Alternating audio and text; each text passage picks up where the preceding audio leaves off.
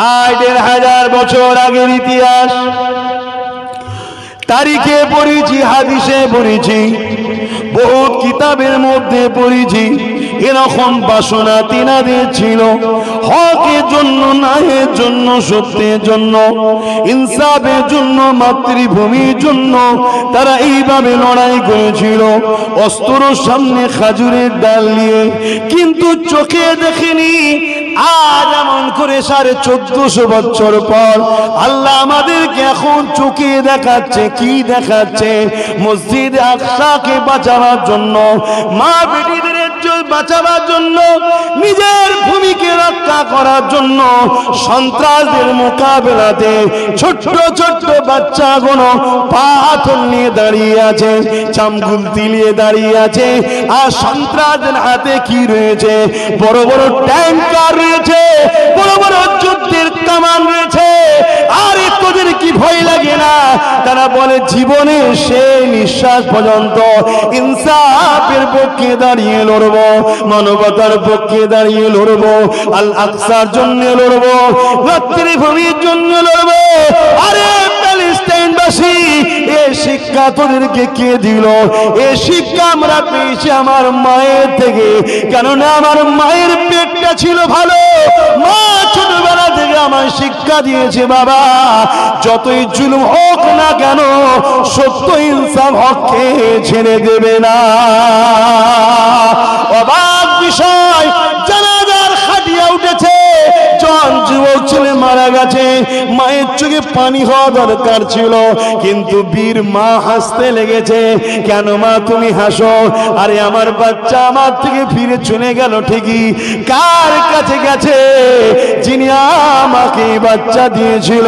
আমি গর্বিত, কিয়ামতের দিনে আল্লাহ যখন আমায় বলবে কি করেছি বান্দি বল, আমি বলবো আল্লাহ 10 মাস 10 দিন কম বেশি যে বাচ্চাকে পেটে ধরেছিলা, নারী চিরা যন্ত্রণা বেদনা নিয়ে বুকের স্তনের দুধ পান করিয়ে বড় বড় করেছিলা, যেদিন তোমার জন্য, সত্যের জন্য, ইনসাফের জন্য, মসজিদ আকসার জন্য লড়াইয়ের প্রয়োজন হয়েছিল, কামানের সামনে, বুলেটের সামনে আমি আমার বাচ্চাকে আটকে রাখিনি, ছেড়ে দিয়েছিলাম। আল্লাহ তোমার প্রেমে আমার বাচ্চা কুরবান হয়েছে। আজ সেই কুরবানির খাতিরে আমি তোমার কাছে জান্নাতের আশা রাখি। এই যুবক, আজ আমাদের এলাকায় কি হয়? ফিতনার কথা বললে মা বলে যাস না, আব্বাস সিদ্দিকীর জলসা যাস না, ফিতনা হবে। আব্বাস সিদ্দিকী ডেকেছে, যাস না, কেস দিয়ে দেবে। আব্বাস সিদ্দিকী ডেকেছে, যাস না, ঘরটা আটকে দেবে। বলে না, বলে না? ঠিক আছে মা, অসুবিধা নেই। অসুবিধা আছে আমার? কোনো অসুবিধা নেই। কেন আমি আমার সাম্রাজ্য কায়েম করার জন্য তোমায় ডাকিনি। আল্লাহ আমাকে জি হালে রেখেছে, কোটি কোটি শুকরিয়া, আলহামদুলিল্লাহ। কিন্তু তুমি নিজেকে প্রশ্ন করো, আল্লাহ তোমাকে সূরা বাকারায় জানিয়ে দিল, আমার দাসদাসীরে আমি আল্লাহ তোমাদেরকে সুন্দর করে বানালাম, আশরাফুল মখলুকাত করে বানালাম, তোমাদেরকে আমি জ্ঞান দিলাম, বিবেক দিলাম, মায়ের পেটে আমি তোমাদেরকে খাইয়েছি, দুনিয়ায় আসার আগে তোমার মায়ের স্তনে আমি আল্লাহ তোমার জন্য খাদ্যের ব্যবস্থা করে দিয়েছি, তুমি চিবাতে পারবে না তাই তরল খাদ্য দিয়েছি, শীতকালে তোমাকে হালকা গরম ভালো লাগবে, এই অটোমেটিক ফ্রিজ নাই, হিটার নাই, শীতকালে তোমার মায়ের স্তন থেকে হালকা কুসুম গরম দুধ বার করে থাকি, আর এমন করে গরমকালে হালকা ঠান্ডা তোমায় ভালো লাগবে, তাই সেখানে ফ্রিজ না থাকার পরও অটোমেটিক আমি আল্লাহ সেখান থেকে হালকা ঠান্ডা দুধ বার করে তোমাকে পান করিয়ে বড় করছি। তোমার শরীরটা কেমন করে আস্তে আস্তে দেখো ক্ষমতাশালী হয়, তুমি পা ঠিকভাবে লড়াতে পারতে না, হাত লড়াতে পারতে না, আমি আল্লাহ তোমার গায়ে ক্ষমতা দিলাম, হাত লড়াচ্ছ, পা লড়াচ্ছ, হামাগুড়ি দিচ্ছ, দাঁড়িয়ে উঠছো, চোখ মেলে চেকতে লেগেছ, মাকে তোমাকে চিনিয়ে দিয়েছি, বাপকে চিনিয়ে দিয়েছি, আস্তে আস্তে তোমার জবানে বলি দিয়েছি, তুমি কথা বলতে শুরু করো, তোমাকে আস্তে আস্তে যৌবন দেবো, তোমাকে তাকত দেবো, ক্ষমতা দেবো। মনে রেখে দিও আমার দাস দাসী রে, এই ক্ষমতা তুমি আমার রাহে লাগাও। আল্লাহ তোমার রাস্তা কোন রাস্তা? আমার রাস্তা হলো সত্য রাস্তা, ইনসাফের রাস্তা, মানবতার রাস্তা, কল্যাণের রাস্তা। আমার রাস্তা মুসলিমদের সাথ দেওয়া, আমার রাস্তা এমন করে নিরীহ মানুষকে ভালোবাসা, আমার রাস্তা বস্ত্রহীনকে বস্ত্র দেওয়া, আমার রাস্তা ক্ষুধার্তকে খানা খাওয়ানো, আমার রাস্তা সন্ত্রাসের মোকাবেলা করা, আমার রাস্তা মিথ্যাবাদীদের বিরুদ্ধে গর্জে ওঠা, আমার রাস্তা যেখানেই দেখবে কেউ হকের পক্ষে কথা বলে তার সাথে তোমরা দলবদ্ধ হয়ে জড়িয়ে থাকো। কেননা আমি আল্লাহ আমার দিনের কাজ কার দ্বারা করিয়ে নেব সেটা আমি আল্লাহ ভালো জানি। হতে পারে 80 বছর বয়স হয়েছে, দিনের কাজ সে নাও করতে পারে, তার দ্বারা আমি কাজ নাও নিতে পারি। হতে পারে হালকা কোনো বয়সে তারাও কাজ নিয়ে নিতে পারি, কার দ্বারা নেব আমি আল্লাহ জানি। তবে মনে রেখে দিও তোমাদেরকে বিবেক দিয়েছি, ওই জ্ঞান বিবেক বুদ্ধি দিয়ে তোমরা চিন্তা করে চলো। যে দেখবে আমার রসুলের সঙ্গে তোমাদেরকে জুড়ছে, যে মদিনাওয়ালাকে ভালোবাসার কথা তোমাদের শেখায়, মদিনাওয়ালা তাজিমের কথা শেখায়, তার সঙ্গে তোমরা জুড়ে যাও। নামাজ আমার ইবাদত, রোজা আমার ইবাদত, হজ আমার ইবাদত, এখনো তোমাদেরকে করতে হবে ঠিকই কথা, কিন্তু সবার আগে মদিনাওয়ালার আর নেতৃত্ব তোমায় মেনে নিতে হবে।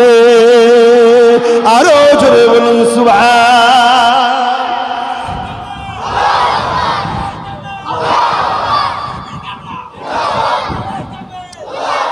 মদিনাওয়ালা কি মদের পক্ষে ছিল? জোরে বলুন। মদিনাওয়ালা কি নারীদের উপর অত্যাচারের পক্ষে ছিল? মদিনাওয়ালা কি মানুষকে মিথ্যা কেস দিত? মদিনাওয়ালা কি গরিবদেরকে লুটতো?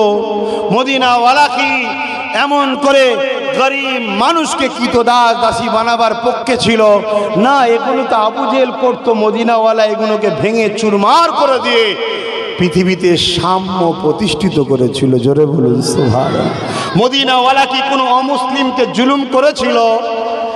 মদিনাওয়ালা তিনি সবাইকে ইনসাফ ইনসানিয়াতের রাস্তা দেখিয়েছে।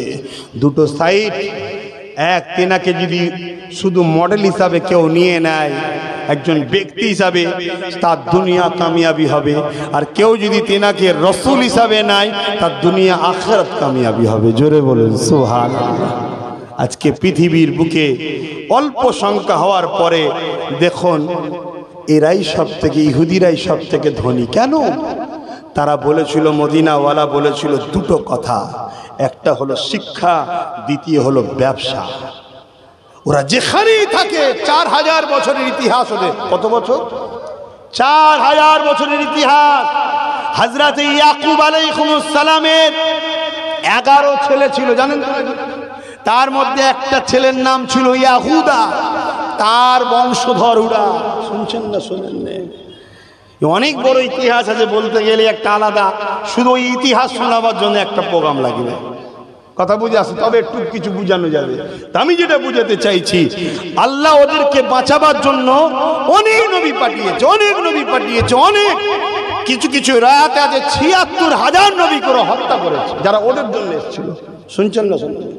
কিছুদিন ভালো হয় আবার বিগড়ে যায়, আবার ভালো হয় আবার বিগড়ে যায়। আল্লাহ ওদেরকে অনেক লানত দিয়েছে, অনেক ওদের অভিশাপও হয়েছে।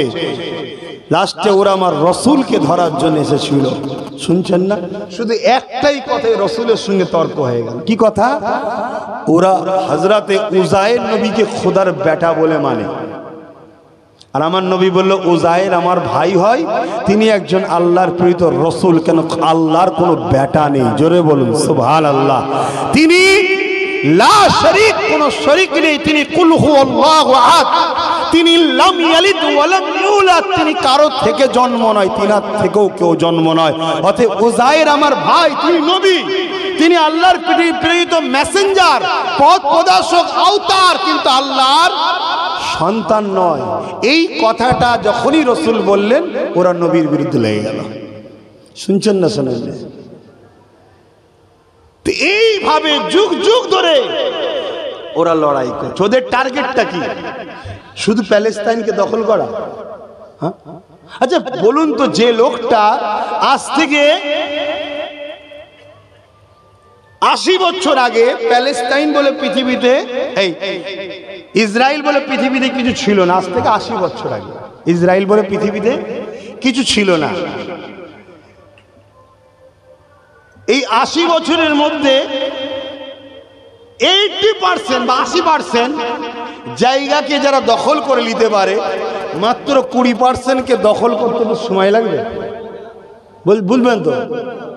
এবং সব থেকে উন্নত মানের তাদের কাছে যুদ্ধের অস্ত্র তৈরি হয়ে আছে, এবং পৃথিবীর সব থেকে বড় সন্ত্রাস। কিছুদিন আগে বুশ ছিল, এখন তাকে কে বসেছে, সে আবার তাদের সাথ দেয়, শুনছেন না? তাহলে এই 20%কে দখল করার জন্য তো লড়াই নয়, এই 20%কে ওরা কোনোদিন তাড়িয়েও দেবে না। কেন? ওরা যত অস্ত্র তৈরি করবে, অস্ত্রকে টেস্ট করার জন্য 20%-এর উপরে চার্জ করবে, টেস্ট করার জন্য এই 20% ওরা রেখেও দেবে। তাহলে লক্ষ্যটা কিসের? লক্ষ্য আমার রসুল বলে গেছে, কানা দাজ্জাল আসবে, পৃথিবী দখল করবে। কানা দাজ্জালের মেন লোক পুরা হবে। কথা বুঝছেন না, বোঝেন না? আর আমরা ওদের ছায়াতলে জড়িয়ে গেছি। কিরকম?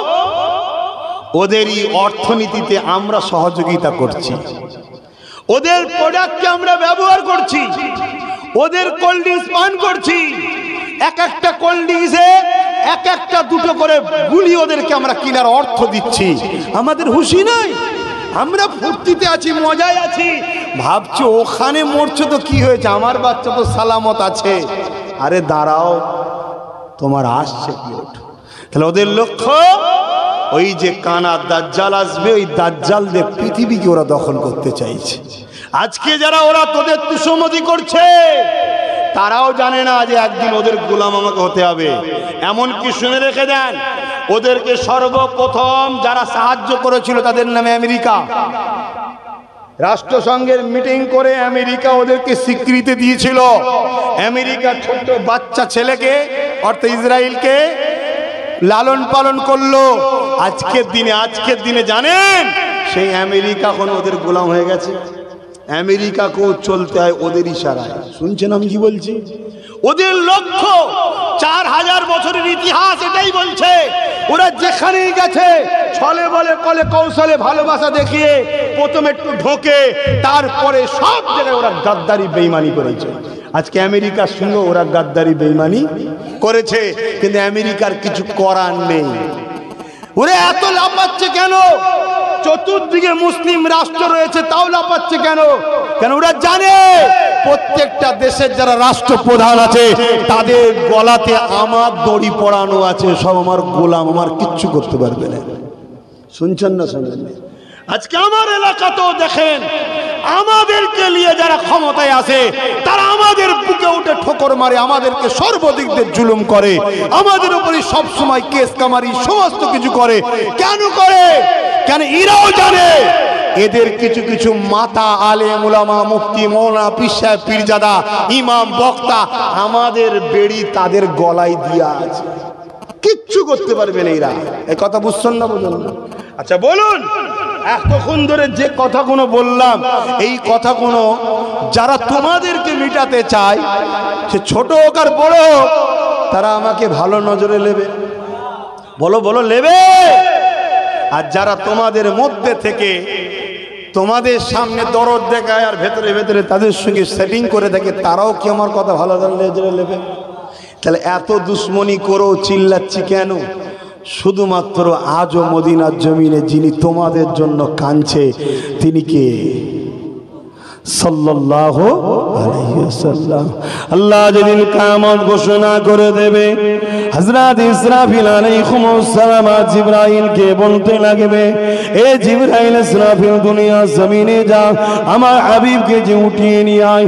এই দুনিয়া সে দুনিয়া নয়, জমিন সে জমিন নয়। এ যুবকেরা দুনিয়া জমিনে জিবরাইল আলাইহিস সালাম এসে বলবে, আল্লাহ পাক আপনার হাবিব কোথায় রয়েছে? আমি জিবরাইল খুঁজে পাচ্ছি না। কারণ গাছপালা ঘর বাড়ি কিছুই থাকবে না, এ আসমানে সূর্য চাঁদা এ তারা এ নক্ষত্র এ জমিন কিছু কিছুই থাকবে না। যেমন দুটো গিলাসে পানি চিনি দিয়ে ফাটা হয়, আল্লাহ বা কুল্লু মান আলাইহা ফান, সব কিছু ফানা করে দেবে, ফেটে দেবে, ধ্বংস করে দেবে। নতুন করে জমিন আল্লাহ তৈরি করবে, যেটা হবে ময়দানে মাশর, বিচারের দিন যার উপরে হবে।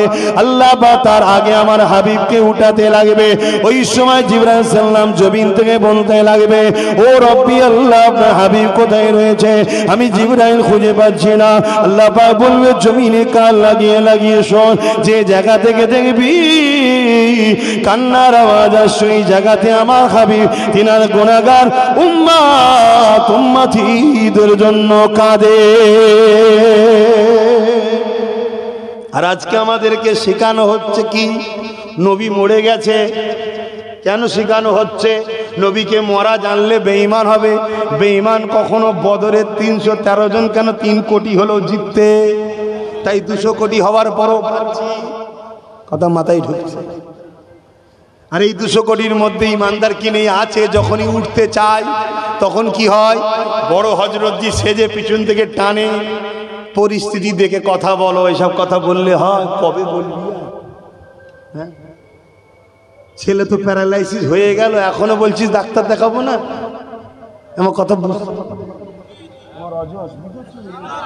হে ছেলেরা অনুসারী, আলহামদুলিল্লাহ সুম্মা আলহামদুলিল্লাহ, আল্লাহ আমাকে ইসলামের ঘরে পাঠিয়েছে এবং ইসলামের রাস্তায় চলা আল্লাহ আমাকে তৌফিক দান করেছে। বলি আলহামদুলিল্লাহ। কেননা ইসলাম এটা আরবি কথা, যার বাংলা মানে এক কথায় শান্তি। কিন্তু ইসলামের ব্যাপক অর্থ হলো যে যে কর্মকাণ্ড, যে যে নিয়মাবলী, যে যে কাজগুলোতে মানুষ নিরাপদ ও শান্তিতে থাকে, সেই সিস্টেম, সেই বিধান, সেই রাস্তা, এটারই নাম হলো ইসলাম। জোরে বলুন সুবহানাল্লাহ। যেটা কোনো মানুষের তৈরি করা নয়। আলহামদুলিল্লাহ, এটাই শুকরিয়া, আল্লাহ সেই ধর্মে আমাকে পাঠিয়েছে। আপনারাও সেই ধর্মের অনুসারী, দাবিদার।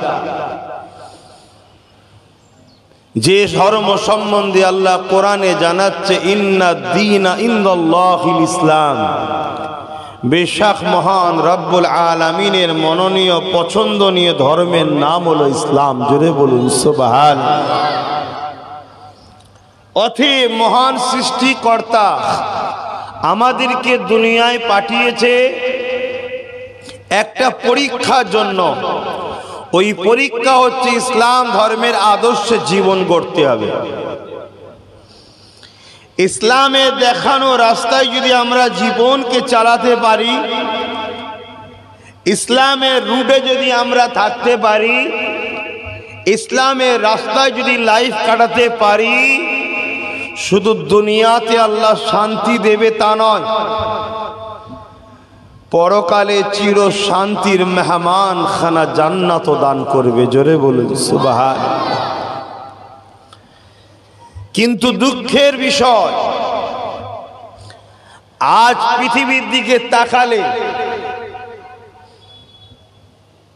প্রতিটা জায়গাতে ইসলাম ও ইসলামের অনুসারীদের উপরে এক শ্রেণীর সন্ত্রাস, আতঙ্কবাদরা নতুন করে আবার অত্যাচারের স্টিম রোলার চালাতে লেগেছে। সেটা আজকের দিনে আমরা মিডিয়া,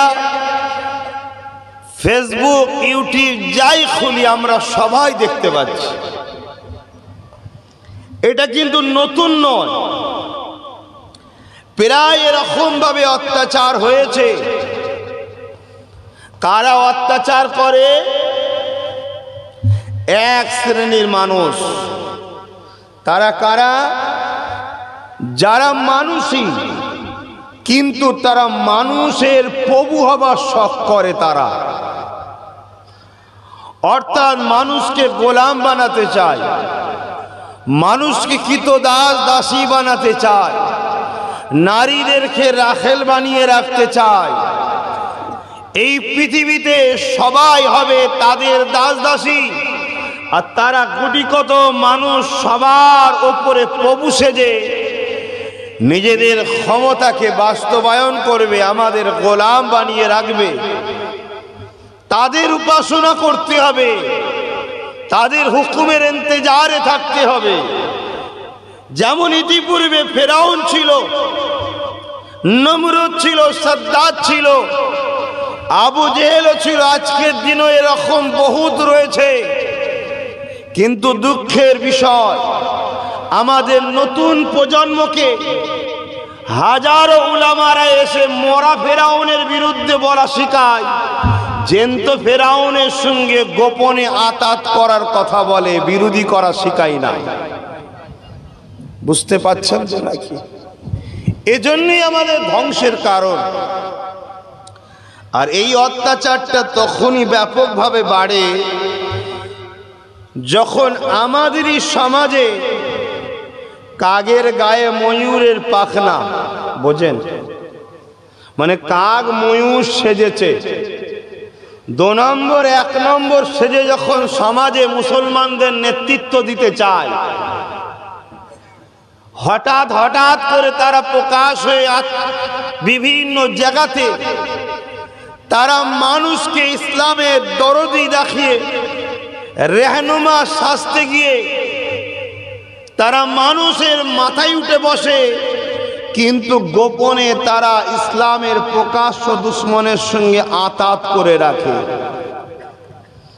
এই রকম মুনাফিক যখন সমাজে বেড়ে যায়, আর আমরা যখন সেই মুনাফিক গুলোকেই আমাদের ইমাম বানিয়ে ফেলি, লিডার বানিয়ে ফেলি, পীর সাহেব বানিয়ে ফেলি, পীরজাদা বানিয়ে ফেলি, হজরত বানিয়ে ফেলি, আমির বানিয়ে ফেলি, শায়েখ বানিয়ে ফেলি, তখনই কিন্তু আমাদের এই পৃথিবীতে অত্যাচারের চরম ঝুঁকির মুখে আমাদেরকে পড়তে হয়।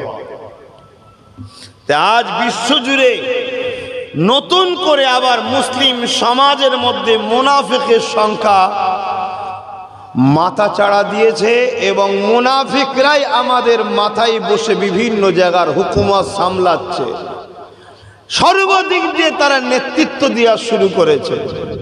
এজন্য আজ প্যালেস্তাইন বলেন, চেচনিয়া বলেন, বসনিয়া বলেন, মিশর বলেন, আমার হিন্দুস্তান বলেন, পাশে বাংলাদেশ বলেন, পৃথিবীর যেখানেই তাকাবেন, কথাটা শুনতে খারাপ লাগলো, হাকিকাত মানুষ কুকুরকে পানি দেয় তো মুসলমানদের পানি দিচ্ছে না। মানুষ কুকুরকে 2 এঁটো ভাত দেয় তো মুসলমানকে ভাত দিচ্ছে না, বিনিময়ে বুলেটের গুলি আর রক্ত দিচ্ছে, মায়ের খুন দিচ্ছে, বাপের রক্ত দিচ্ছে। এই কারণের পিছনে কারণ এটাই যে আমরা মুহাম্মদ আরবীর দ্বীনকে ছেড়ে দিয়ে রসুলের দেখানো রাস্তাকে ভুলে গিয়ে, নবী যে বলেছিলেন 3টে জিনিস রেখে গেলাম, কিতাবুল্লাহ, আল্লাহর কোরআনকে ধরো, ও সুন্নতে রাসূলি, নবীর সুন্নাতকে ধরো, ও আহলে বাইতি, নবীর আহাল পরিবার খানদানকে ধরো। সবাই বলে কোরআন ধরো, তাই নবী বলেছে কোরআন যাত্রার থেকে ধরুনি, আমার সুন্নতকে ফলো করো। কেন? কোরআনের বাস্তব মডেল হলাম আমি মুহাম্মদ রসুল। জোরে বলুন সুবহানাল্লাহ। আমার কথা শুনছেন তো আপনারা? কেন? আমাকে আল্লাহ যা দেখায়, আমি জানি না আর কেউ এরম দেখতে পাই কি। আর এই দেখতে পাচ্ছি বলেই আমি পেরেশান, কিন্তু আমি একা হয়ে গেছি। আমি একা কতটা চিৎকার করব, কতটা চিল্লাবো। এক এক জায়গায় যাই, এক একটা ফিতনা, এক এক জায়গায় দেখছি একটা একটা করে শয়তান মুনাফিক সেজে বসে আছে। শুধু যে গুলিয়ে দাও, ধোকা দিয়ে দাও, যদিও বা একটু বুঝিয়ে ব্রেনকে ঠিক এক জায়গায় করতে চায় রাসূলুল্লাহর কদমে, অন্য কোনো জায়গায় না, রসুলের কদমে। সব জায়গার মুনাফিক আবার এক জায়গায় হয়ে গিয়ে সেখানেও দিকে চার ঘেটা দিয়ে বসে আছে। বড় দুঃখের সাথে বলছি, আমি যা দেখতে পাচ্ছি সবাই দেখতে পাচ্ছে কি জানি না, আমি দেখছি 1-2 বছরের মধ্যে আজকে যেটা প্যালেস্টাইন হচ্ছে কাল মনে হয় আমাদের হবে। কতদিন বললাম? 1-2 বছর। আল্লাহ আপনাদের বেঁচিয়ে রাখুক, আমাকেও বেঁচিয়ে রাখুক।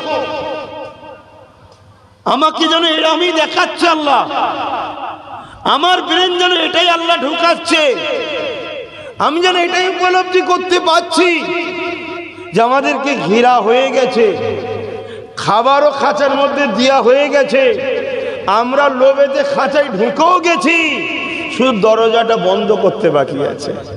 এইটুকু সময় আমরা বেরোতে পারবো না খাঁচার মধ্যে রয়ে যাব, এটাই হলো ব্যাপার। যেমন একটা ইঁদুর খাঁচার মধ্যে থেকে ফ্রিতে খাবার দেওয়া হয়, ইঁদুর লোভে পড়ে যায়। সে একবারও ভাবে না যে মানুষ এত ভালো হলো কবে, যে খাঁচার মধ্যে এই মানুষ আমার জন্য খাবার ওপেন রাখবে। দেখেছে, লোভ সামলাতে না পেরে ছুটেছে, ঢুকে গেছে, খাবারে মুখও দিয়েছে, সিস্টেম এমন রয়েছে খাঁচার দরজা পড়ে গেছে, খাওয়া তোর হলো না, খাঁচার ভেতর ছটফট করছে, খাবারও একদিকে ছড়াচ্ছে, সেও ছড়াচ্ছে, লাপাচ্ছে, লাস্টে নিয়ে যে তাকে থেতো করে করে মারা হলো। তো কোনো একটা জায়গায় আমাদেরকেও যেন এইভাবে বন্দি করা হয়ে গেছে। তাই দেখবেন সবাই দল করে, সবাই বক্তব্য দেয়, সবাই সংগঠন করে, সবাই বিরোধী করে, একে অপরে বলে, কিন্তু সবার বেলায় সমস্যা নেই। যত সমস্যা আব্বাস সিদ্দিকীর কথাই হয়। কেন? এখান থেকে আমি প্রতিবাদ করি, বাকি প্রতিবাদ এখান থেকে হয়। এখানের প্রতিবাদটা সাজানো হয়, ওই পাড়ায় গিয়ে তোর জন্য একটু গাল দেবো, কিছু মনে করিস নি, কেন তোকে গাল দিলে লোক আমায় বিশ্বাস করে আমার কাছে আসবে, আমি আবার কোলে করলে সে তোকেই দেবো করি। কিন্তু আব্বাস সিদ্দিকীর বেলায় হাজারো সমস্যা। কেন? আব্বাস সিদ্দিকী কারো সঙ্গে সেটিং করে কাউকে গাল দেয় না, এখান থেকে মোস্তফা জানে রহমতের জন্য তার উম্মতকে বাঁচাবার জন্য চেষ্টা করছে। কিন্তু দুঃখের বিষয়, এত কিছু লড়াইয়ের পরে আবার মনে হয় কি হলো, তখন আল্লাহর ওই বাণীটা বা রসুলের ওই ভবিষ্যৎ বাণীটা মনে পড়ে যায় যে একটা দিন আসবে আমার উম্মত এত মরবে, এত মার খাবে যে পাখি লাশের গন্ধে দাফন করার লোক পাওয়া যাবে না, নেই তো কেউ, দাফনটা করবে কে? এই যে লাশগুলো পড়ে পচে গেছে, দুর্গন্ধ, এই দুর্গন্ধ থেকে চিড়িয়া পাখিগুলো বাঁচার জন্য উড়ে উড়ে পালাতে যাবে, ডানাতে উঠতে উঠতে উঠতে আর পারবে না, ডানা ক্ষমতা না থেকে পড়ে যাবে, তারপরও মুসলমানের লাশ পার করতে পারবে না এই পাখিটা, এত লাশ পড়বে। তখন মনে হয় সেই সময় এসে গেছে। যত বলি, এত বুঝাই, তাও সেই একই ব্যাপার। যতক্ষণ সামনে বসে থাকে, জান দিতে পারবি যে ভাই যান, এই দিকে যেতে পারবি যে ভাই যান, এই করতে পারবি যে ভাই যান, গ্রাম থেকে যেতে বেরি হয় রে, মসজিদে আজান হয়ে যাচ্ছে, নামাজও হয়ে যাচ্ছে, ও কিছুক্ষণ পরে গিয়ে আবার সেই এর গাল ওর গাল, এর সমালোচনা ওর সমালোচনায় ব্যস্ত রয়েছে। হায় আমার কম, জানি না আমার কথায় তোমাদের মধ্যে বসে বসে কার কি নজরে লিচ্ছ। আল্লাহকে সাক্ষী রেখে বলছি, জিনার কুদরতি হাতে ক্ষমতা আছে, আমার জবানকে এক্ষুনি বন্ধ করে দিতে পারে, পারে না? পারে না।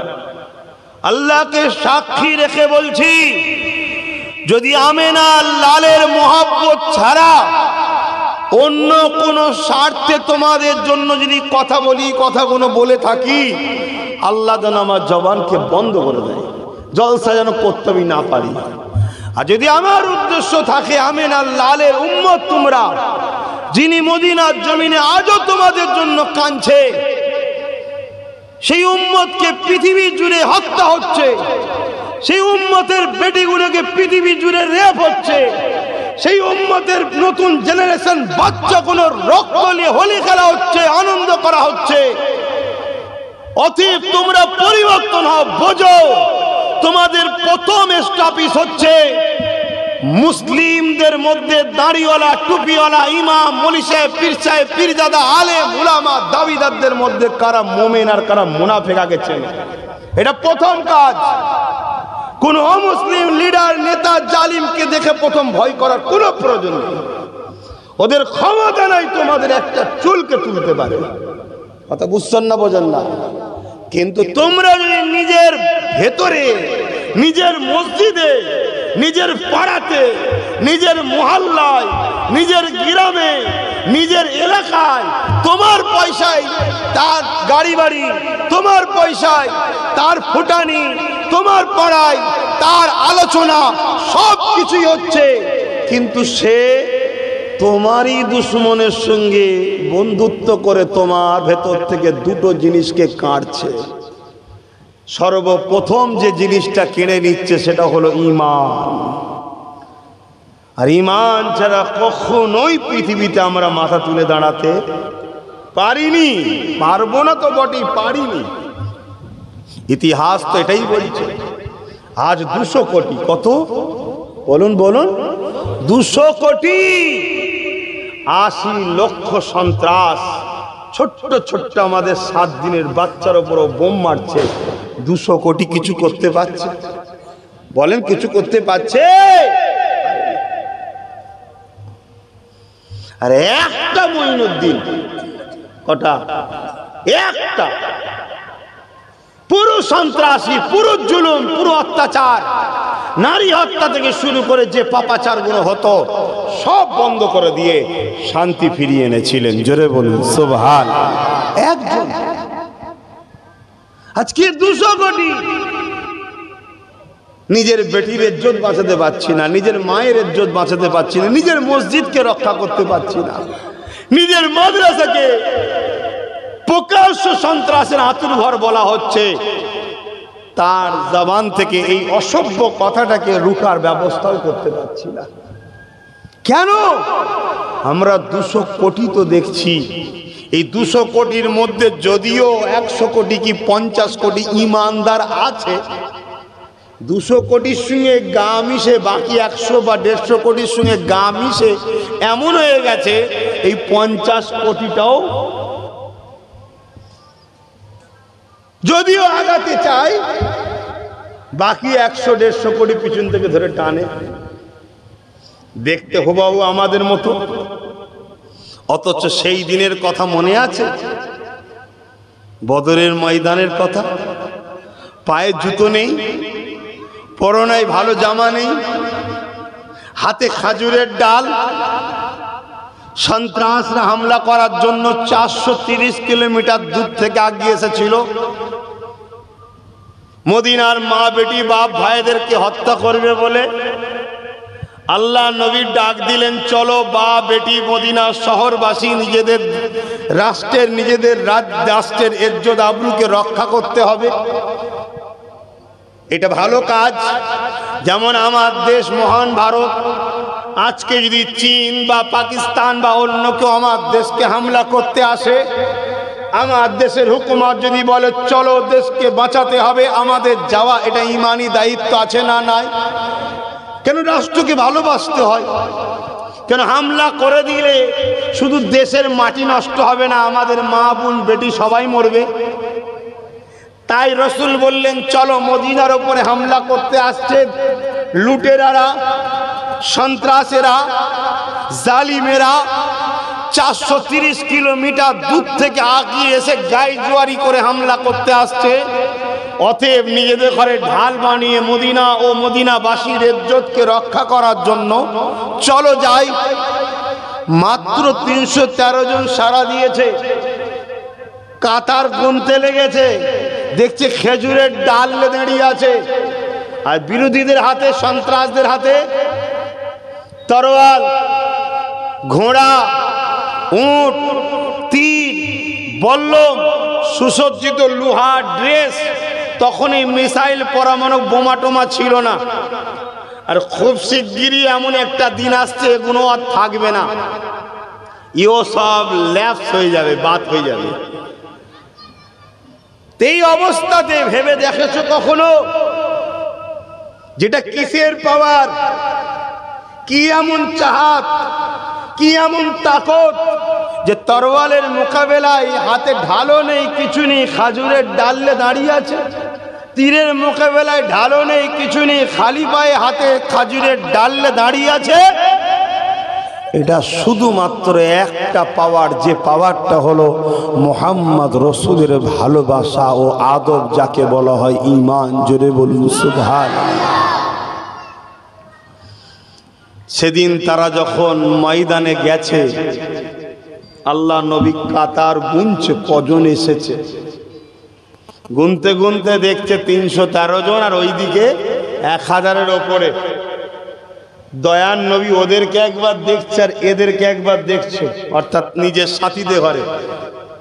ওই যাদের হাতে খাজুরের ডাল ছিল তাদের মধ্যে এমন একটা আনন্দ, খুশি, যেন মনে হচ্ছে লড়াই হওয়ার পর এরা জিতে গেছে, এমন খুশি বানাচ্ছে। জোরে বলুন সুবহানাল্লাহ। আর আজকে সেই নবীর উম্মত আমরা কি করছি বলুন?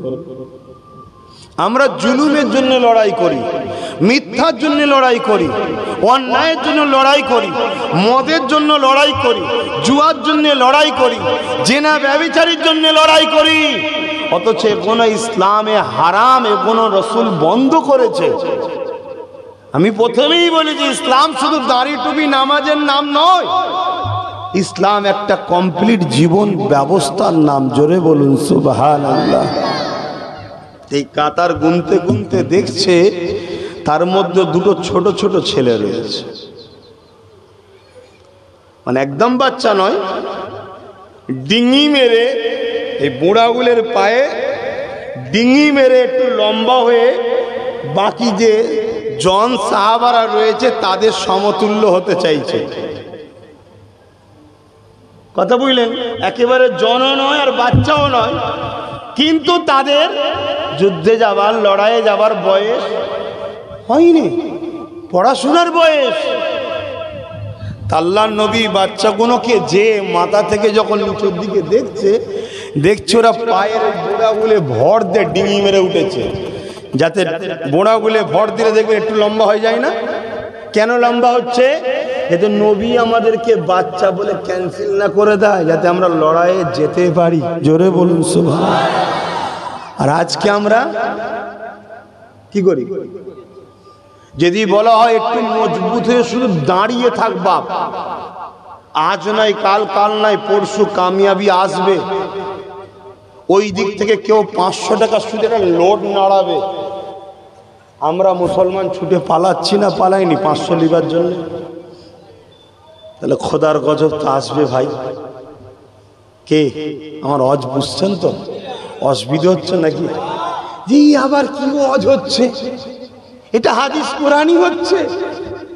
তুমি তো ইসলামকে মসজিদে ঢুকে তালা মেরে দিয়েছো, তুমি তো ইসলামকে খানকায় ঢুকিয়ে আর পীরের দরবারে ঢুকিয়ে তালা মেরে দিয়েছো, মাদ্রাসায় ঢুকিয়ে বলছি ইসলাম বেরোবি নি মাদ্রাসা থেকে। বাইরে আমি গান করব, যাত্রা করব, ফাংশন করব, যা খুশি করব, তুই বেরোবি নি। এর নাম ইসলাম নয়, এটা চাই না। আমার নবীর ইসলাম তোমার জিন্দগির প্রত্যেকটা নিঃশ্বাস টানেতেও যেন ইসলাম থাকে, নিঃশ্বাস ফেলাতেও যেন ইসলাম থাকে। জোরে বলুন সুবহানাল্লাহ। আছে আমাদের মধ্যে? সাল্লি আলা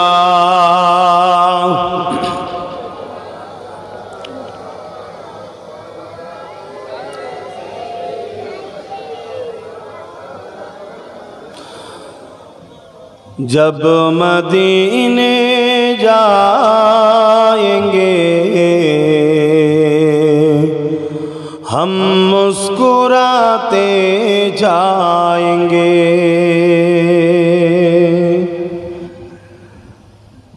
जब मदीने जाएंगे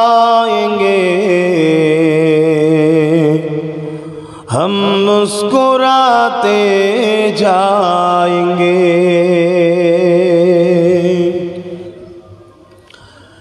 جب مدینے جائیں گے ہم مسکراتے جائیں گے، جب اوغاں سے آئیں گے آنسو بہاتے آئیں گے، جب مدینے جائیں گے ہم مسکراتے جائیں گے۔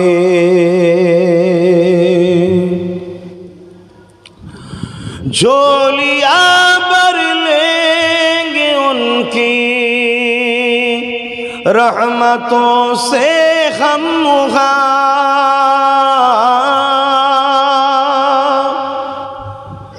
جھولیاں بھر لیں گے ان کی رحمتوں سے ہم پھول جتنے بھی کھلیں گے ہم اٹھاتے جائیں گے، جب مدینے جائیں گے ہم مسکراتے جائیں گے۔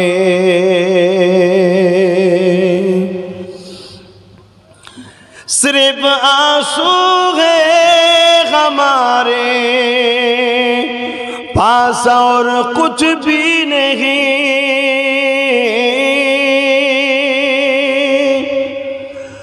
صرف آنسو ہے ہمارے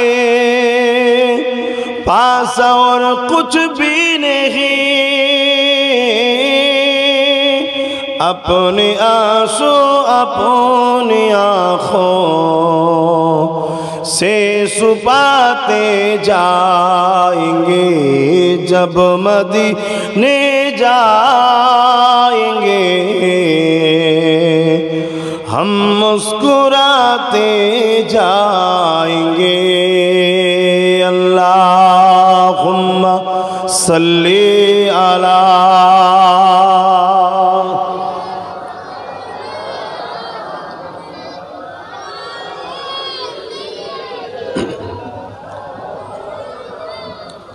আমার আব্বারা ভাইয়েরা জি কথা বলছিলাম তো নবী এই কাতার দেখতে দেখতে দেখছে যে দুটো ছেলে আধা বয়স্ক তারা ওই পায়ের উপরে ডিঙি দিয়ে মাথায় লম্বা হতে চাইছে যাতে করে আমাকে বড় মনে হয়, তাহলে আমি লড়াইয়ে চান্স পাবো। আর যে ময়দানে যাচ্ছি ইনসাফের পক্ষে আমি, ন্যায়ের পক্ষে আমি, সভ্যতার পক্ষে আমি, মানবতার পক্ষে আমি, আল্লাহর পক্ষে আমি, রসুলের পক্ষে আমি, অধিকারের পক্ষে আমি, অতএব এখানে জিতলে গাজী তাতেও জান্নাত, আর শহীদ হলো তাতেও জান্নাত। জোরে বলুন সুবহানাল্লাহ। আর আমাদের ছেলেদের যখন বলা হয় চলো বাবা, জালিমরা একটা মিথ্যা কথা বলেছে ইসলাম সম্বন্ধে, আমরা গণতান্ত্রিক দেশে কমসে কম কণ্ঠ দ্বারা, কারণ ইসলামের প্রতিবাদে 3টে ধারা আছে, ক্ষমতা থাকলে হাত দিয়ে, না হয় মুখ দিয়ে, না হয় ঘৃণা করে দূরে থাকা। বাবা আমাদেরকে তো দেশ বলতে দিয়েছে, তোমার ধর্ম সম্বন্ধে মিসগাইড করা হচ্ছে, চলো তো একটু যে বলি যে প্যালেস্তাইন সন্ত্রাস নয়, সন্ত্রাস তো তারা যারা প্যালেস্তাইনের জায়গা দখল করে প্যালেস্তাইনদের বার করে দিচ্ছে। চলো না, আমাদের ছেলেরা কি বলি, আমার হাটে যেতে হবে, আমার জমিতে যেতে হবে, আমার কাজ আছে, আমি গেলে আমার দুনিয়ার প্রভু মার্কা লিডার কোনো অখুশি হবে। বলি না বলি না, হাওয়া লাগাও গায়ে, হাওয়া লাগাও, সময় আসছে, সময় আসছে, তখন বুঝবে। এবারে আমরা কি সবাই খারাপ না, কিছু ভালো মানুষ আছে না নাই, তারাও কিন্তু ধুলাই হবে। জীবন একই রকম কথা হুজুর বাবা ভাইজান বলছেন, বাবাজি আল্লাহ পাক বলেছেন অন্যায়কারীদের সঙ্গে মেশে যারা, তাদেরকে আমি আল্লাহ শাস্তি দেব। শুনছেন না? শুনুন, আমরা মিশি না শাস্তি খেতে হবে। আল্লাহ নবী ছেলে দুটো সামনে দাঁড়িয়ে গেল। ছেলে দুটো পায়ের উপরে ডিঙি দিয়ে রয়েছে। আল্লাহ নবী তাদের দিকে তাকিয়ে রয়েছে আর আসমানের দিকে তাকায় মাঝে মাঝে। জবানে বলে, আল্লাহ এরা আপনাকে কত ভালোবাসে। আমার খালিক ও মালিক আল্লাহ, পৃথিবীর মানুষ আপনাকে ভুলে গিয়েছিল। পৃথিবীর মানুষ অন্যায় অত্যাচারে জড়িয়ে গিয়েছিল। নিজেদের বেটিগুলোকে নিজেরাই হত্যা করতে লেগেছিল। আপনাকে ভুলে গিয়ে নিজেদের হাতে তৈরি করা 360টা নকল খোদার উপাসনা তৈরি করে দিয়েছিল। আপনার ঘর কাবাকে অপবিত্র করে দিয়েছিল। পৃথিবীর মানুষ গরিবের উপরে কত জুলুম করতেছিল। এই অবস্থায় কোটি কত মানুষ সবে আপনাকে আল্লাহ বলে, আমাকে নবী বলে দিন ইসলামের উপরে আবার তারা ফিরে এসেছে। ঠিক এমনই সময় সন্ত্রাসী হামলা এসেছে। আল্লাহ এদেরকে আমি ডাক দিয়েছি, এরা পরিবারের মায়া ভুলে গিয়ে স্ত্রী বাচ্চা বাপ মা জমি জায়গা ঘর বাড়ি এমনকি নিজের জানের মায়াও ভুলে গিয়ে আল্লাহ বদরের জমিন আমার পাশে এসে দাঁড়িয়েছে। এদের কাছে লড়াইয়ের কোনো সামান্য নাই। আল্লাহ পাক, আমি মুহাম্মাদের উপরে খুশি হয়ে গেছি, আপনি কি রাজি হয়েছে? আল্লাহ বাবাস দিয়ে জানিয়ে দিলে, আমার হাবিব আজকে দিনে বদরের জমিনে আপনার পাশে যারা দাঁড়িয়েছে এদের আগে পিছু সমস্ত গুনাহ মাফ করে দিয়ে আমি আল্লাহ এদের জান্নাতি ঘোষণা দিলাম। আরো জোরে বলুন সুবহান।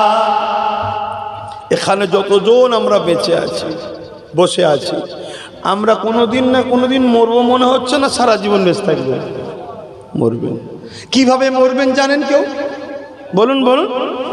আপনি সারা জীবন জেলের ভয়ে চোখের সামনে যত অন্যায় দেখেন কোনোদিন মুখ খোলেন না, সব সময় গা বেচিয়ে বেচিয়ে যান। কিন্তু আল্লাহ আপনার কপালে লিখে রেখেছে আপনি মিথ্যা কেসে জড়িত হয়ে জেলে যাবেন, সেখানে আপনার জীবন কাটবে। দোষী না, আপনি মিথ্যা কেসে যাবেন, অর্থাৎ আপনি অন্যায় করেন না। তাহলে আপনার সেইটাই কপালে হবে না হবে না? তকদির।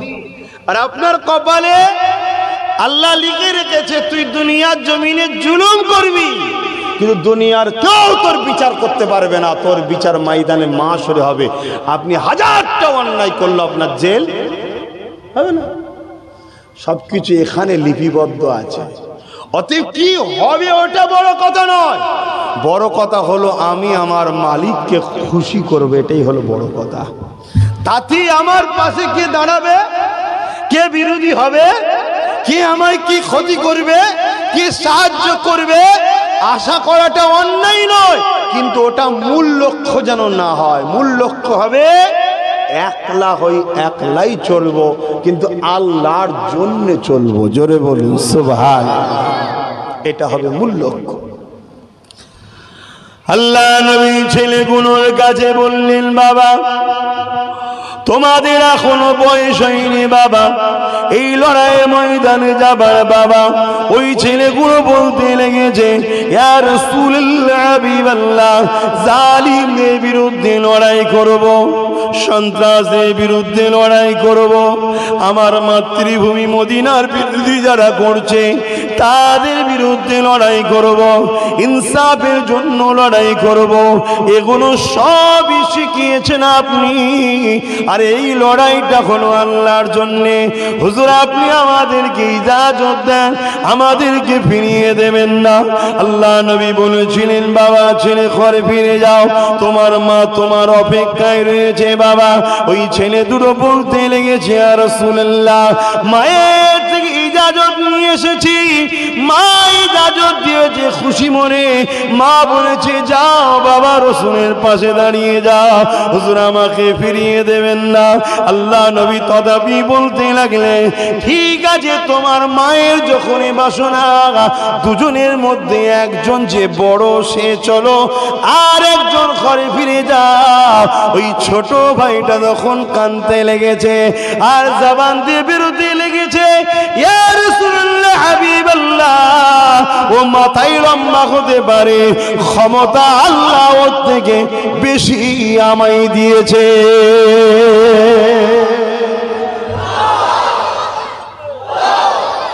চিন্তা করুন তাদের কম্পিটিশন হকের পক্ষে থাকার জন্য কেমন।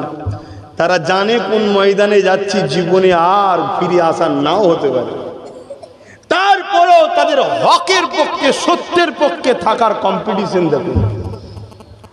আর আমরা মিথ্যার পক্ষে যাওয়ার জন্য কম্পিটিশন করছি। এখন দুনিয়ার বদমাই লম্পট লুটেরা জালিম লিডার আমাকে কি করে খুশি হবে সেই কম্পিটিশনে ব্যস্ত আমরা।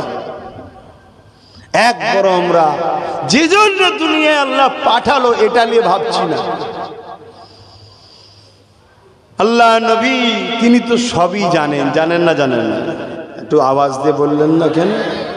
এই আকীদা জান নাই, সে যতই নামাজ পড়ুক, যতই রোজা রাখুক, যতই কোরআন তেলাওয়াত করুক, এমনকি কাবা শরীফের হাতেম যেটা কাবারি অংশ, ওর মধ্যেও যদি সেজদায় পড়ে মারা যায় তাও সে জাহান্নামী। শুনছেন না শোনেননি? আমার নবী সব জানে। আর নবীকে জানিয়েছেন কে? আর আল্লাহকে কে জানিয়েছেন? কেউ জানাই না। তাহলে নবী আর আল্লাহর মধ্যে পার্থক্য আছে না নাই?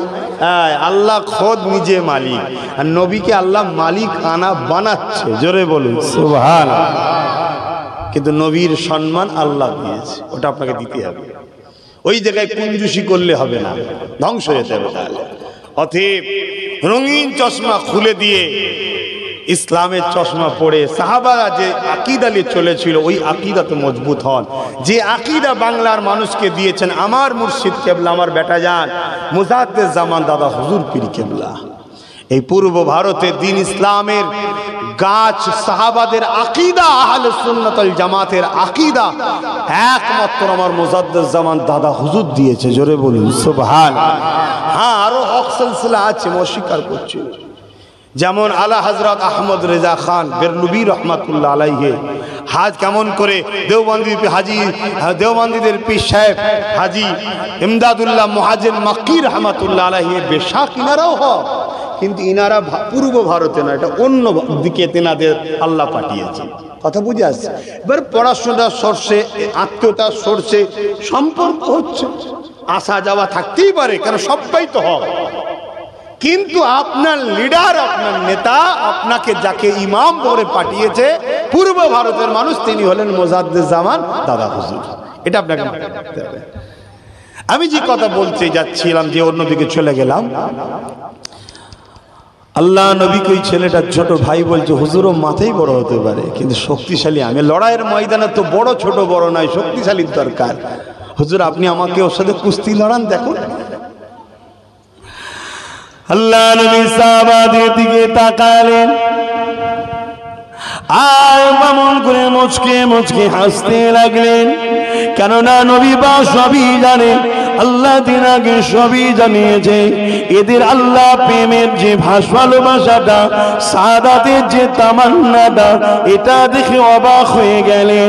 এ যুবকেরা, তরুণেরা, বাপেরা, জিন্দগি তাদেরও ছিল, সংসার বাপ মা তাদেরও ছিল, জিন্দগিতে বাঁচা স্বপ্ন তাদেরও ছিল, কিন্তু সব কিছুর উপরে আল্লাহর প্রেমকে, হককে, সত্যকে, ইনসাফ, ইনসানিয়াত, মানব মানবতাকে সবার উপরে প্রাধান্য দিয়েছে, নিজের জানের থেকে আগে মানবতাকে দিয়েছে, নিজের জানের থেকে আগে ইনসাফকে দিয়েছে, নিজের জানের থেকে আগে সত্যকে প্রাধান্য দিয়েছে, নিজের জানের থেকে আগে আল্লাহর খুশিকে বেশি প্রাধান্য দিয়েছে। তাই যুবকটা যখন এই ছোট ছেলেটা ছোট ভাইটা যখন বলতে লেগেছে, হুজুরের সঙ্গে আমার কুস্তি লাগিয়ে দেখে, ও আমার সঙ্গে পারবে না, আল্লাহ নবী সাহাবাদেরকে ডাক দিলে, এ বাবা সাহাবারা আসো তো দেখি কি বলে শোনো বাবা। এমন দুই সময় চতুর্দিকে দাঁড়িয়ে গেল, দুই ভাইতে কুস্তি লড়াই হবে। ওই সময় ছোট ভাই বলতে লাগলে, হুজুর আমার বড় ভাইয়ের সঙ্গে একটা কথা বলেনি। আল্লাহ নবী সবই জানে, দুনিয়াকে ইতিহাস তো আল্লাহ দেখাবে, শুধু নামের আগে মোহাম্মদ লিখলে আর আব্বাস নাম রাখলে ইমানদার হওয়া যায় না। আব্বাস নাম আর পিছনে সিদ্দিকী দিলেই প্রেমিক হওয়া যায় না। প্রেমিক কাকে বলে? আল্লাহ দুনিয়াকে দেখাবে, তাই তো এই ঘটনাগুলো আল্লাহর হুকুমেই ঘটছে। এ যুবকেরা এমন করে ছোট ভাই বড় ভাইয়ের কানে কানে যে বলল, ভাই জান্নাত যাবার জন্য রাস্তা দরজা তুমি তো পার হয়ে গেছো, নবী তো তোমাকে গ্রান্টেড করেছে, আল্লাহর রাহে যারা আগে তারা যদি ওই লড়াইয়ের ময়দানে শহীদ হয়ে যায় তাও জান্নাতি, আর যদি তারা গাজী হয়ে যায়, জয় হয়ে যায় তাও জান্নাতি। কিন্তু ভাই শুনে রেখে দাও, তুমি তো চান্স পেয়ে গেলে, আমার নামটা এখনো বাতিল হয়ে আছে।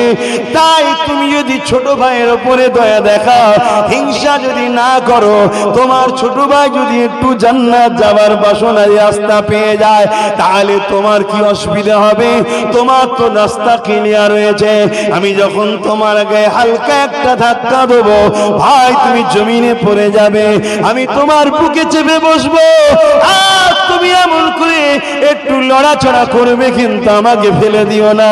কেন? তুমি আমার বড় ভাই, তোমার ক্ষমতা বেশি আমার থেকে, কিন্তু তুমি যদি পরাজিত হয়ে যাও, মদিনাওয়ালা আমাকেও অ্যাকসেপ্ট করে নেবে, আমরা দুই ভাই আল্লাহ জান্নাতে একসাথে যাব। আরো জোরে বলুন সুবহান।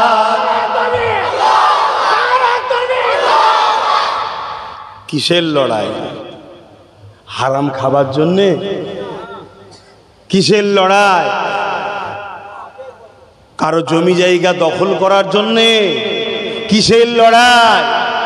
10-12টা 15টা করে অবৈধ সম্পর্ক নারী থাকবে, তার জন্য পয়সা ইনকাম করতে হবে, এই লড়াই হচ্ছে? কিসের লড়াই? মানুষের মুখের খাবারগুলোকে কেড়ে নিবার জন্যে? না, এই লড়াই তো শুরু করেছিল আবু জেহেল, পৃথিবীর মানুষকে অন্যায় থেকে মুক্ত আজাদ করার জন্য। জোরে বলুন সুবহান। ইতিহাসকে বুঝো, ইতিহাস শোনো, তারিখ শোনো, হাদিস শোনো। লড়াই শুরু হয়ে গেল, ছোট ভাই বড় ভাইকে হালকা ধাক্কা দিল, যেমন কথা ছিল তেমন কাজ হয়ে গেল। বড় ভাই জমিনে শুয়ে পড়ল, ছোট ভাই বুকে উঠে পড়লো। স্বাভাবিক, ছোটরাই তো বড়দের বুকে ওঠে। ওঠে না, ওঠে না, তোমরা ভাইদেরকে কোলে লাও না? ছোট ছোট ভাই থাকলে ঘরে কোলে লাও না? লাও না। কিন্তু কোনোদিন ছোট ভাই তোমায় কোলে নিয়েছে নাকি? এটা নিয়ম তো, ভালোবাসার জিনিসই তো বুকে থাকে। তো বড়র কাছে ভালোবাসা তো ছোটটা। দেখছেন না, আমি আমার ছোটটাকে ভালোবাসি, চেষ্টা করছি আল্লাহ যেন ওকে আমার থেকেও বড় করে। বোন আল্লাহুম্মা আমিন। আমি তো শুধু হুজুর, ও যেন দেশ ও দেশবাসীর যেন খাদেম হতে পারে, সেবক হতে পারে, প্রত্যেকটা ধর্মের গরিব মা বাপ ভাই বোনের চোখের পানি মুছে দিয়ে তার অধিকার যেন দিতে পারে। আল্লাহকে কবুল করুক। বোন আল্লাহুম্মা আমিন। হারাম তো কাজ নয়, ইসলামে যখন জায়েজ আছে সে করতে নেমেছে, তাকে আমি কাঁধে করে রেখেছি, দোয়াও করি, দাওয়াও করি। তো যাক, এইখানে ছোট ভাইও ঠিক ধাক্কা দিয়েছে আর পড়ে গেছে। বড় ভাই বুকে চেপে বসেছে, বড় নিচই একটু যেমন কথা ছিল একটুখানি দেখানো মতো। রাসূল সব জানে না, জানে না, সাহাবারাও হাসছে যেদের দু ভাই কি হচ্ছে। কিন্তু তামান্নার কথা বলছি, চেষ্টার কথা বলছি, যে কত শখ তাদের হকের পক্ষে থাকবে। এ যুবক, দুনিয়ায় ভালাই তোমার উপরে 20 বছর 30 বছর জুলুম হোক, কমসে কম জালিমের খাতায় তোমার নাম না ওঠে, মজলুমের খাতায় উঠুক। কেন আল্লাহ বলেছে মজলুমের সাথী আমি আল্লাহ হই। জোরে বলুন সুবহানাল্লাহ। সে মজলুম যদি অন্য ধর্মের হয়, শুনে রেখে দাও এটা, তুমি আমি তো ইমানদার, আরো সম্মানের ব্যাপার। অন্য ধর্মের কোন হিন্দু ঘরের ছেলেও যদি মজলুম হয়, মজলুম মানে যার উপরে জুলুম হচ্ছে, আমার আল্লাহ বলছে আমি ওই মজলুমের সাথেই আছি। জোরে বলুন সুবহানাল্লাহ। আল্লাহ জালিমের সাথে কোনো দিকেই নেই, কোনো দিনই নেই। সে দাড়িওয়ালা টুপিওয়ালা 5 ওয়াক্ত নামাজি হোক, যদি জুলুম করে আল্লাহ তার দিকে থাকে না। যদি অন্য ধর্মের মানুষের উপরও জুলুম হয়, ওই মজলুমের দিকে আল্লাহ থাকে। তাহলে আল্লাহ যদি মজলুমের দিকে থাকে, জালিমের দিকে যদি না থাকে, আমরা যারা আল্লাহকে ভালোবাসি আমরা কখনো জালিমের দিকে থাকতে পারবো? বলুন, থাকতে পারবো? তাই আমরা আজকে সন্ত্রাস যারা মসজিদে আকসা ও প্যালেস্টাইনবাসীর উপর জুলুম করছে, ওদের উপরে থাকতে পারি না। হতে পারে সেটা আমার থেকে অনেক দূর দেশের হতে পারে, কিন্তু আমরা মজলুমের সাথে আছি, জালিমের সাথে নয়। সে আমার বাংলাতে হোক আর আমার দেশের যে কোনো কোনায় হোক, যখন কোনো জায়গায় কোনো মানুষের উপর জুলুম হয়, আমি আব্বাস সিদ্দিকী আহলে সুন্নাত ওয়াল জামাত থেকে র্যালি বার করে ওই মজলুমদের পাশে আছি। এরকম কাজ করেছি না করিনি? জোরে বলুন। আমি দেখিনি। এই আমার বাংলাতে ডোমজুরের কথা মনে আছে কি জানি না, সেখানে একটা হিন্দু ভাইকে মেরে টুকরো টুকরো করে বস্তায় ভরে তাকে ফেলে দিয়েছিল। যে মেরেছে আমার বলতে লজ্জা লাগছে, বড় দুর্ভাগ্যবশত সে নামে মুসলিম সমাজের সঙ্গে জড়িয়ে আছে। কথা বুঝছেন না, বোঝেন না? তাহলে আমি কি তখন আমার মুসলিম বলে তার পাশে দাঁড়াবো নাকি? না, মুসলিম আমার কাছে আগল পরিচয় নয়, আমার কাছে পরিচয় হলো আমার আল্লাহ কার দিকে। আমার আল্লাহ বলছে আমি মজলুমের সাথে। তাই আমি ডোমজুর থানায় যখন এই কেসটাকে ধামাচাপা দিতে গিয়েছিল পয়সা খেয়ে, যে ঘুরিয়ে এসে হয় না ঘুরিয়ে ফিরিয়ে দেবে, ঠিক আছে তদন্ত চলবে আর করবে, সেখানে আমি ওই অমুসলিম ভাই হিন্দু ভাইয়ের জন্য সেখানে দাঁড়িয়ে আন্দোলন করে সেই জালিম, আমার আবার বলতে লজ্জা লাগছে, কেন ইসলাম আলাদা জিনিস, মুসলিম আলাদা জিনিস, এটা মাথায় রাখবে। মুসলিম জন্মগত দিক দিয়ে সবাই, কথা বুঝে আসছে, এটা আরবি শব্দ যার মানে যে নিজেকে প্রভুর কাছে উৎসর্গ করে রাখে। বাচ্চারা প্রভু ছাড়া চলতে পারে না, তার লালন পালন ওখান থেকেই হয়। তো সেই জায়গায় তার বিরুদ্ধে লড়ে তাকে অ্যারেস্ট করিয়ে এবং এই পরিবারের একটা চাকরির জন্য সেখানে লড়াই করেছিলাম। পরবর্তী শুনেছিলাম চাকরিও পেয়েছিল তার পরিবারে। কিন্তু আমার দেশের যে আইন আছে সেই আইনকে মান্যতা দিতে হবে, এর চেয়ে বেশি তো আর দাবিও করতে পারি না। কেন আমার দেশে কতলের বদলে কতল আইন নাই, তাই আমি ওই আইনের জন্য বলতেও পারবো না। কেন আমার দেশের আইনকে আমায় গুরুত্ব দিতে হবে। কথা বুঝে আসছে? কিন্তু হ্যাঁ, ধর্মসভায় আমি বলতে পারি যে ইসলামের আইন হচ্ছে কতলের বদলে কতল। যদি কেউ কতল করে তার বিনিময়ে তাকে কতল করতে হবে। তাহলে কি হবে? পৃথিবীতে এই কতল করার ভয় মানুষের হৃদয়ে ঢুকবে, আর জীবনে কেউ কাউকে কতল করার সাহস নেবে না। এটা আমার ধর্মসভাতে বলতে পারি। কিন্তু কোন যখন দেশের আইনের কাছে আমি আশ্রয় চাইবো যে আইন বিচার করতে হবে, সেখানে আমি কতলের বিনিময়ে কতল বলতে পারবো না। কেন আমার ইসলামও বলেছে দেশের আইনকে মান্যতা দিতে হবে, সম্মান দিতে হবে। তা আমার দেশের আইনে ওটা নাই, তাই আমি সেখানে বলতে পারিনি। সেখানে কি বলেছি? ওকে অ্যারেস্ট করে সর্বোচ্চ শাস্তি দিতে হবে। শাস্তি দিবার দায়িত্ব আমার নাই, সেটা জজ সাহেবদের। তারা কি দেবে জানি না, কিন্তু অ্যারেস্ট করেছে আন্দোলনে।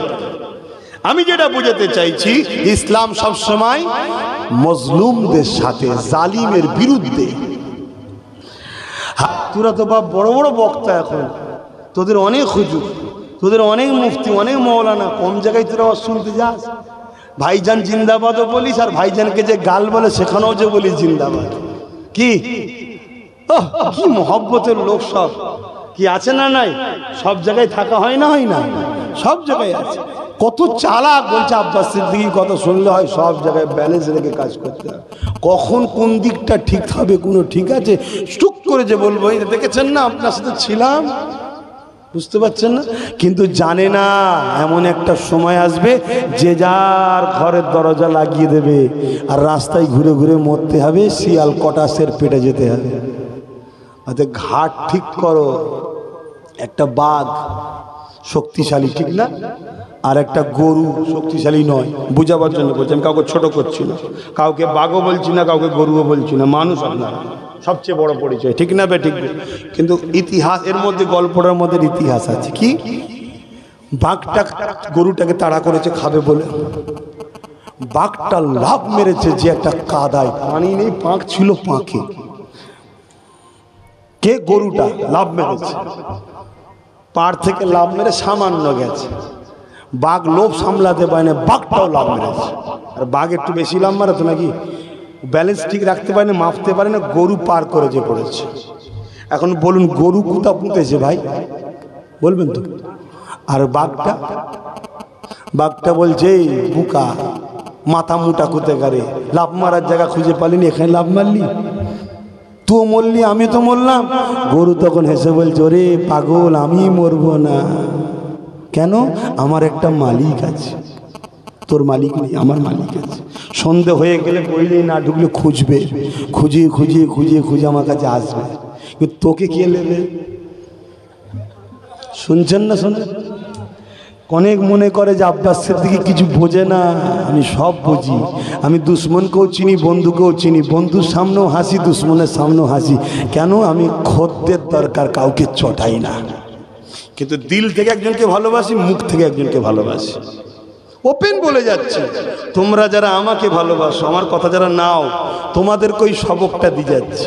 চিনতে শেখো, চিনতে শেখো। দুশ্মনকে চিনার পরও তার সাথে ঝগড়ায় লেগে যাবে না, তাকেও মুচকে হবে। সে যেন মনে করে আমায় ধরতে পারেনি। কথা বুঝছেন না? বোঝেন না? কিন্তু দিলে তাকে রাখবে না, মুখে রাখো। কিসে রাখবে? মুখে। আর যে সত্যিই তোমাকে ভালোবাসে তাকে দিলে রাখো। আমার কথা বুঝছো না? হ্যাঁ, এই পৃথিবী, এটা কি পৃথিবী এবং শেষ দুনিয়া। এখানে একটু হেকমতেই চলতে হবে। শুনছেন তো নাকি? হ্যাঁ, এখানে একটু হেকমতেই চলতে হবে। অতএব আজকেও কিছু মানুষ আছে মনে করে কিছু বোঝে না। শোনো, তোমারও যদি দুনিয়াও কেউ মালিক অর্থাৎ বন্ধু বা সাথী যদি থাকে, তুমি যেখানেই থাকো, বিপদের দিন একদিন সে খুঁজে তোমার কাছে যাবে। সময় লাগতে পারে হয়তো খুঁজতে, কিন্তু যে হাজির হবে। এখানে ঠিক সেটাই হলো। ওই গরুর মালিক খুঁজছে, কোথায় গেল, খুঁজে দেখছে পাকে পড়ে আছে। কি রে, গেলে কি খবর? দেখছে ওইদিকে আর একটা বাঁশ নিয়েছে, বাঘের মাথায় দুম মারছে, আরো পুঁতছে। কিছু করতে পারছে না তো, বেটা ফেসে গেছে তো। যত শক্তিশালী হোক, যেমন আজকে আমরা, যত শক্তিশালী দেখাও, ফেসে গেছো। ফেসেছ না ফেসুনি? ফেসে গেছো। হ্যাঁ, সন্দেহ হয়েছিল না? সন্দেহ হয়েছিল কি হবে না হবে। হ্যাঁ, এইসব চিন্তা করে বাবা দরকার নেই। যার কোলে ছিলাম তার কোলেই উঠে পড়ি আর একবার। খুব চালাক না, দাঁড়াও, হয়েছে কি হবে, হাড়ে হবে, দাঁড়াও। তাকে মেরে দিয়ে একে টেনে পাক থেকে তুলে লিয়ে ধুইয়ে নিজের ঘরে নিয়ে গেল। অতএব ভাই বোঝো, তার সময় তো নেই, নামাজ পড়তে হবে। একটু সালাম দিয়া নবী সালাম।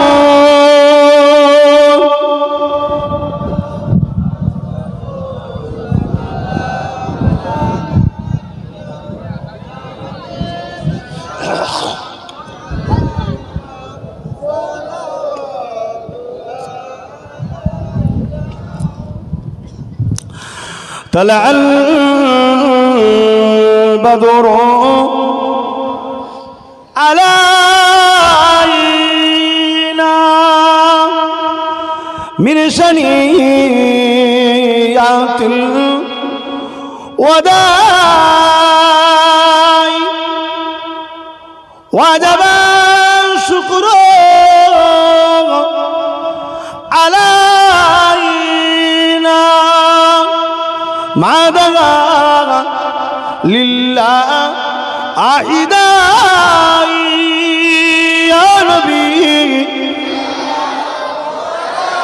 ইয়া রাসূল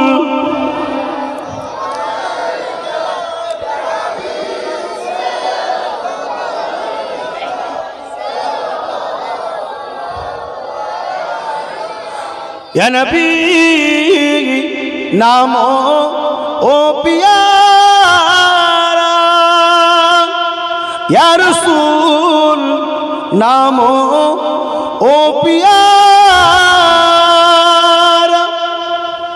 আরশে বার হক ने पुकारा सज पैगम बरहक हमारा नबी सलाम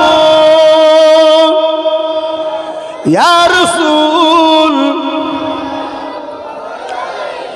या हबीब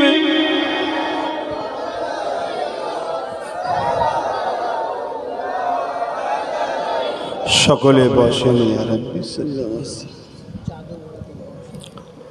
বালাগাল উলা বিকামালিহি হাসানাত জামিউ সালিহি বাপ ভাইরা আসলাম কিছু কথা বললাম নিবার হয় নেন না নাই কি বলতে পারি ঠিক না নিবার হয় নেন আর কি বলতে পারি জোর জবরদস্তি করতে পারবো না আর কিছু ধান চাল দিয়ে তোমাকে টোপ দিয়ে নিয়ে আসতেও পারবো না কথা বুঝে আসছে কেন আমার বাবা অত ফান্ড নেই আমাকে মানুষের কাছে হাত পাতি দাও না গো সংগঠনের জন্য নলেজ সিটির জন্য হাত তোলে ভালোবাসার মানুষ অনেক দেয় কিছু মানুষ দেয় না বলবো না তাদের নিয়ে চেষ্টা করছি নলেজ সিটিটা গড়ে তোলার সংগঠন একটা চালায় যতটুকু পারি কর্মসংস্থান কি বলে কাজ সংগঠনের কাজ কাম করে চলেছি দিন ইসলামের খেদমত করে চলেছি কিন্তু আমার কোনো বাইরে থেকেও ফান্ড নাই আর কোনো ইসলামের দুশ্মন ক্ষমতার জোরে ইসলামকে যারা মিটাতে চাই তেমন কোনো জালিমের শাসকের পক্ষ থেকেও টাকা আসার রাস্তা নাই হ্যাঁ চেষ্টা করছি আপনাদের জন্য তাই নিজের ভালোবাসার ভাইটাকেও ওরকম জায়গায় নাপিয়ে দিয়েছি কত লোক বিরোধী করেছে কথা বুঝছেন না এখন যারা বিরোধী করেছে তারাও লোক সামলাতে পারছে না তারাও দেখি হুহু নেমে পড়ছে কথা বুঝে আসছে বিভিন্ন দিক দিয়ে নেমে পড়ছে দেখছে তো ভালো লাইন প্রথম ভেবেছিল হয়তো কি হবে না হবে কিন্তু না তবে মনে রাখবেন নাবলেই সবাই দরদ দিয়ে নেবেছে তা নয় কিছু সেটিং করছে কিরম সেটিং এই যে ওর দিকে সবাই ছুটছে ওটাকে আবার ভাগ করার চেষ্টা করছে কেন কিছু কিছু মানুষের ক্যালকুলেশন এমনও হচ্ছে যে আগামী দিন ওনার ক্ষমতাই না চলে আসে অর্থাৎ ক্ষমতাটাকে রুখতে গেলে আবার ওর পিছনে কামড়াবার জন্য আবার কাউকে দরদ দেখিয়ে নাবাতে হবে এরকমও চলছে তা সেই দিনের শেষে একটাই কথা বলবো মুনাফিক চিনতে শিখুন যদি না চেনেন